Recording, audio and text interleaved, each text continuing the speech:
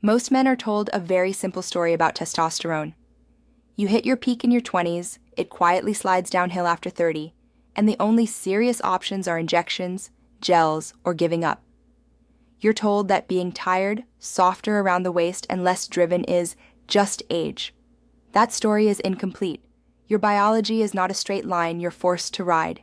It's more like a set of dials, and three of the biggest, most underrated dials are your sleep, your light exposure, and how often you ask your muscles to actually work. This is where your 90-day plan begins. I'm Dr. Susan Parker, a health educator focused on men's longevity and hormone-friendly habits. This is not a replacement for medical care, and I'm not here to diagnose or treat you. My job is different, to give you a clear, practical, no-nonsense roadmap you can actually follow. In the next minutes, I'm going to walk you through a 90-day plan built on 3 pillars: sleep, sunlight, and lifting. No magic supplements, no extreme biohacks, no secret protocol that only people in a private group chat know. Just the levers your endocrine system responds to every single day, whether you pay attention or not. Before we talk about what to do, I want you to understand what you're trying to influence. Testosterone is not just about muscle and libido. It influences your mood, your decisiveness, your red blood cell production, your bone density, your motivation to take action, and even how you handle stress. Most of your testosterone is made in your testes, but the orders are coming from your brain, from a tiny command center that reads signals from your sleep, your light environment, your body fat, your training, your stress, and your overall health. That means your daily routine is constantly sending instructions. Turn this up, turn this down, conserve, or build. There are a few main things that pull this system down. Chronic short sleep tells your brain you are under constant pressure, not recovery. Long hours indoors under dim light scramble your circadian rhythm, which is the internal clock that decides when to release certain hormones. Carrying extra visceral fat around your waist sends a chemical message that weakens the hormonal signal from brain to testes. Sitting all day with no real muscular effort tells your body it doesn't need as much anabolic drive. None of this happens overnight, but it adds up year after year until one day you look in the mirror and feel like you've drifted far from the man you remember. The good news is that these levers are not frozen. You can't turn back time, but you can change the signals. Your 90-day testosterone plan is simple on paper. You give your body 90 days of consistent, boring, powerful fundamentals. You lock in real sleep. You anchor your internal clock with daylight instead of phone light. You move heavy things in a structured way, so your muscles and bones remember their job. You treat this like a serious project, not a casual experiment. I want you to think of it in 3 30-day blocks. In the first month, your main job is foundation. You fix your nights and your mornings. In the second month, you introduce structured lifting and begin to push against your current limits. In the third month, you refine, track, and cement this as your new baseline. You're not chasing a short-term spike. You're rebuilding the environment in which your hormones operate. Let's start with sleep, because without it, nothing else I say will matter. The majority of your daily testosterone release happens while you're asleep. When you cut your sleep down to 5 or 6 hours, night after night, your brain hears one thing: survival mode. In that state, it prioritizes staying awake and managing stress over building muscle, maintaining fertility, or keeping your drive high. Studies on healthy young men show that even 1 week of sleeping only 5 hours per night can drop daytime testosterone levels significantly. You don't need to remember the numbers, you just need to understand the direction. Less deep sleep, less hormonal output. So in the first 30 days, your number one non-negotiable is this: pick a sleep window and defend it. For most men, that means aiming for somewhere between 7 and 9 hours in bed. I want you to decide on a wake-up time that you can hold every single day for the next month, including weekends. Then count back 7.5 to 8 hours, and that's your target lights out time. Your brain loves consistency. Going to bed at 11 one night and 2 the next is like changing time zones every weekend. Your hormones never know what city they're in. An hour before bed, you start sending your body the signal that the workday is over. That means screens down or at least dimmed, notifications off, no heavy news or arguments, and definitely no caffeine. If you drink coffee or energy drinks, keep the last one at least 8 hours before bedtime. Alcohol is another trap. It feels like it helps you knock out, but it shreds sleep quality and fragments the deep stages where your hormonal repair work happens. I'm not telling you never to drink. I'm telling you that in this 90-day window, you treat sleep like a serious training block. Every beer close to bedtime is a small tax on the very thing you're trying to improve. Look at your bedroom with brutal honesty. Is it dark enough that you can't see your hand when the lights are off? If not, fix that. Light through thin curtains, glowing chargers, blinking routers. All of that tells your brain it's still daytime and blunts your natural melatonin rise. Is it cool enough that you want a light blanket? If your room is hot and stuffy, your body has to fight harder to drop its core temperature, and that delays the onset of deep sleep. These sound like small details, but over 30 nights, they add up. In these first 30 days, I also want you to build a simple pre-sleep ritual. It doesn't have to be spiritual or complicated. It can be 10 minutes of stretching, a warm shower, a few pages of a book, or journaling out the next day's tasks so your head isn't spinning when you lie down. The content matters less than the consistency. Your brain learns, when I do this sequence, sleep is next. When sleep is predictable, hormone release is more predictable. Now let's talk about your mornings, because they are the other side of this equation. When you wake up, your brain is trying to figure out what time it is. It uses light as its primary cue. If the first thing your eyes see every day is the blue light of a phone in a dim room, your internal clock gets a weak, confusing signal. When the first thing your eyes see is outdoor daylight, even on a cloudy day, your circadian rhythm gets a clear anchor. That anchor affects everything downstream.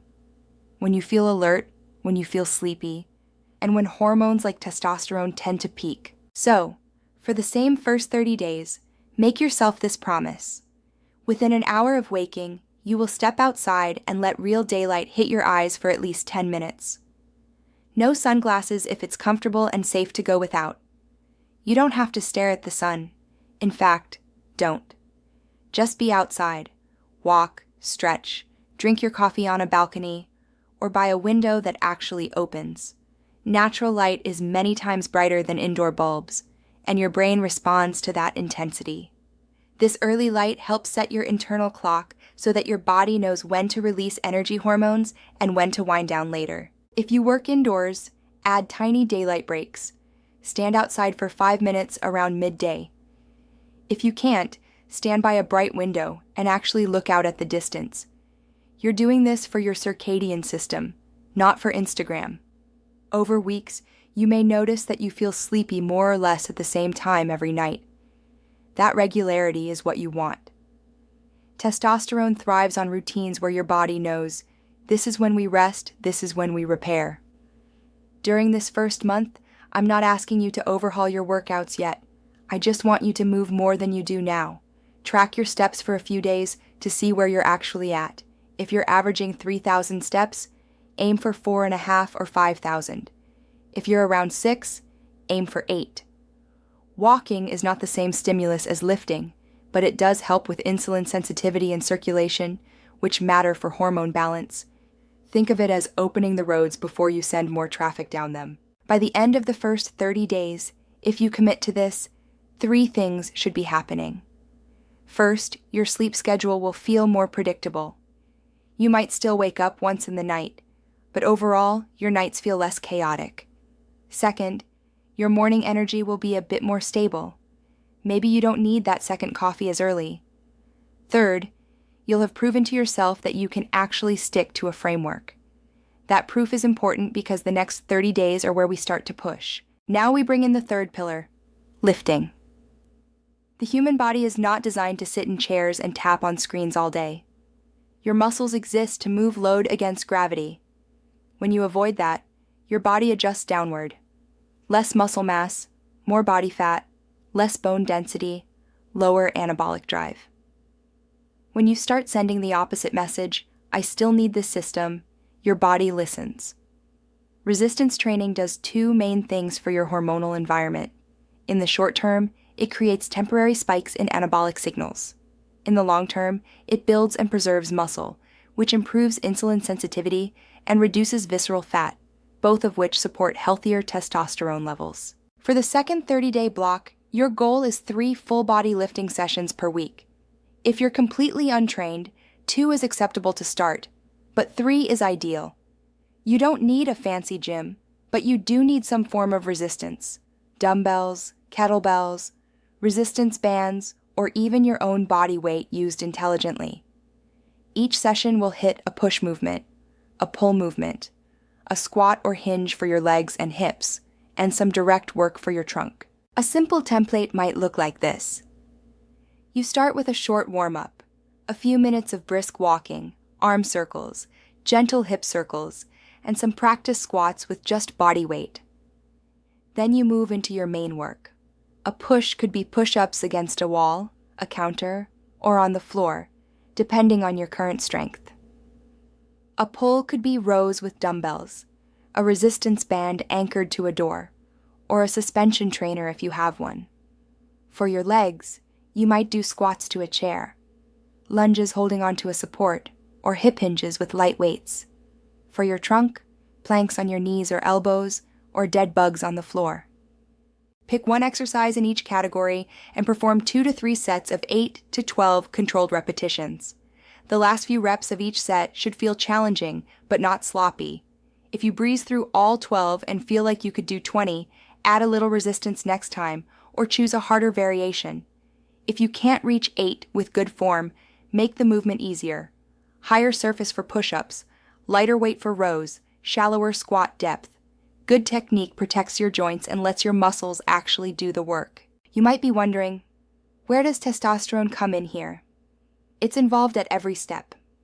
Every time you ask your muscles to push against meaningful resistance, your body has to decide whether to adapt upward or downward. If you train regularly, eat enough protein, and recover with decent sleep, your body chooses to maintain or build lean tissue. That choice is supported by an endocrine system that is willing to invest in repair. If you never train and you sleep badly, the signal is the opposite. Conserve energy. Let tissue slowly break down. Your 90-day plan is about changing that vote. In this second month, keep your sleep and light habits from month 1. Do not trade sleep for training. A slightly shorter workout with solid sleep beats a perfect workout performed on 5 hours of restless time in bed. If you can only train in the evening, give yourself at least a couple of hours between your last heavy lift and bedtime. Intense lifting too close to sleep can keep your nervous system wired when you want it quiet. 3 days a week of this structure will be enough stimulus for most men starting from a low or moderate base. On the days in between, walk. Use walking for circulation, recovery, and mental reset. Think of your week as a rhythm. Push hard with resistance, then move gently, and let your body consolidate the gains. Over these 30 days, you should feel a few clear changes. Your coordination improves. The weights that felt awkward now feel more natural. Staircases feel less hostile, and you begin to notice subtle shifts in your posture and the way your clothes fit. Now we step into the final 30 days of your 90-day plan. This is where you refine, track, and make decisions based on data instead of feelings alone.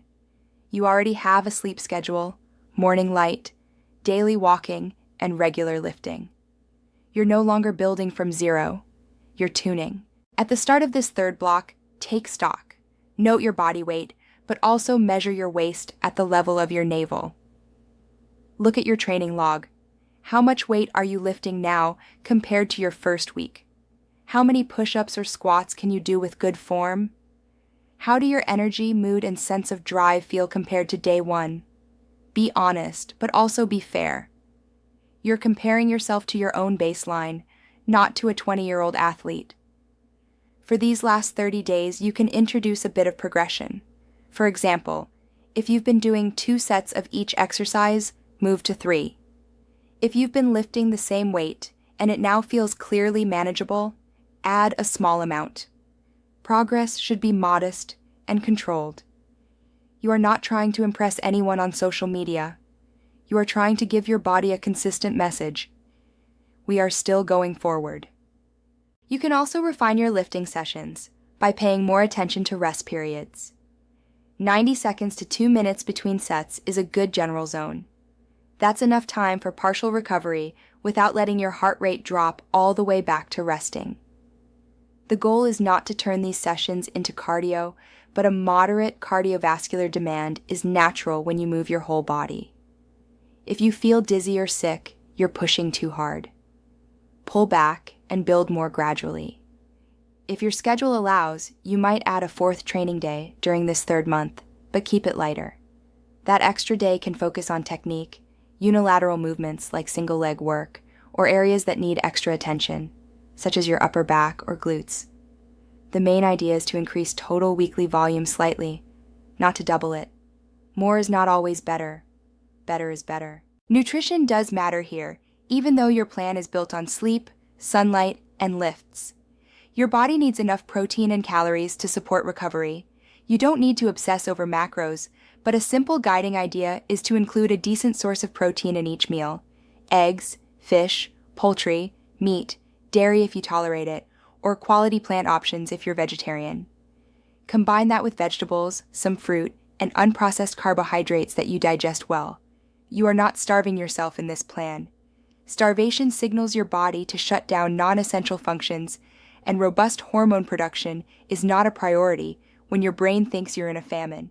As you move through days 60 to 90, start paying attention to patterns that repeat. Do you notice that your best training sessions happen after particular dinners and bedtime routines? Do you notice that scrolling late in bed destroys your sleep and leaves you flat the next day? Do you notice that your mood and patience are different on days after you lift?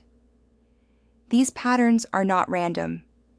They're feedback from a system you are finally listening to. I also want to be completely honest with you about expectations. This 90-day plan will not turn clinically low testosterone into perfect labs in every case. Some men have underlying medical conditions, significant sleep apnea, genetic factors, or medication effects that require professional treatment. If you have symptoms like very low mood, extremely low energy, complete loss of interest in life, or significant issues with your intimate function, you should speak with a qualified clinician and get proper evaluation. What this plan does is 2 things. It builds the best natural environment for your hormones to work in, and it gives you a baseline of healthy habits that support any medical plan your doctor may recommend. To bring this closer to real life, imagine a man in his mid-40s who has spent a decade behind a desk. He sleeps 6 hours on a good night, drinks coffee until late afternoon, lifts nothing heavier than his laptop, and wonders why he feels flat. He decides to commit to this 90-day plan. In the first month, he goes to bed at the same time, keeps his room dark and cool, and gets morning daylight instead of phone glow. In the second month, he starts lifting 3 days a week with simple movements and walks on the off days. In the third month, he adds a bit of weight, slightly cleaner meals, and tracks his progress. 90 days later, his waist is a little smaller, he's stronger, his mood is steadier, and his sense of being switched on is noticeably higher. His lab values might show a modest bump, or they might simply sit in a healthier range, but more importantly, he feels like himself again. Now imagine another man in his late 50s who already trains but sleeps badly and works under harsh artificial light. He's frustrated that his strength has plateaued and his drive has slipped. He doesn't need more sets in the gym. He needs recovery. He runs the same 90-day plan, but his focus is reversed. He keeps his training, but he cleans up his sleep, his alcohol, and his late-night screen habit. He steps outside every morning, even in cold weather, and treats light like a prescription. Over the next 3 months, his performance in the gym starts improving again, and his everyday energy feels less brittle. He hasn't discovered a new supplement. He's removed the brake he didn't know was on. In both stories, the mechanism is the same. Testosterone is part of a larger network that pays close attention to whether your body feels safe, rested, and needed. Deep, regular sleep tells your system that repair and rebuilding are allowed. Morning light and consistent bedtimes tell your internal clock what time it is, which stabilizes hormone rhythms. Lifting tells your body that muscle is still required, bones still need to stay dense, and strength still matters. Walking and reasonable nutrition round out the message. By day 90, if you take this seriously, your life will look different. Not perfect, not Instagram polished, but grounded. You'll know what time you go to bed. You'll know what days you lift. You'll know that you step outside even when it's cloudy. You'll know that you can choose actions that support your hormones instead of constantly fighting against yourself. That sense of control alone changes how you carry yourself. I want to leave you with one message. You are not at war with your age.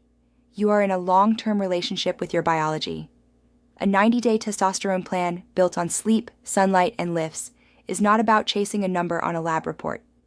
It's about re-earning your own respect and giving your body the conditions it has been asking for, often for years. Hormones respond to behavior. You cannot cheat that, but you can work with it. If you decide to do this, treat today as day one. Pick your wake-up time. Protect your sleep window. Go outside in the morning. Schedule your first lifting session for some time in the next 48 hours, and keep that appointment with yourself like you would a meeting with your boss. Then do it again. And again, for 90 days. If you find this kind of clear, no BS guidance helpful, stay with me for more deep dives into men's health and longevity. And if there's a man in your life who needs to hear that he still has more in him, share this plan with him. Your hormones are listening to your choices. Start sending them a better signal. Sources consulted for scientific background, not meant to be narrated. Research on sleep restriction and testosterone release in men showing most daily testosterone is produced during sleep, and that 1 week of 5-hour nights can reduce daytime levels by around 10 to 15%. Research on light exposure and circadian rhythms, highlighting how morning daylight helps synchronize hormone timing and improve sleep quality. Studies on resistance training in middle to older age men, demonstrating benefits for muscle, strength, and overall metabolic health.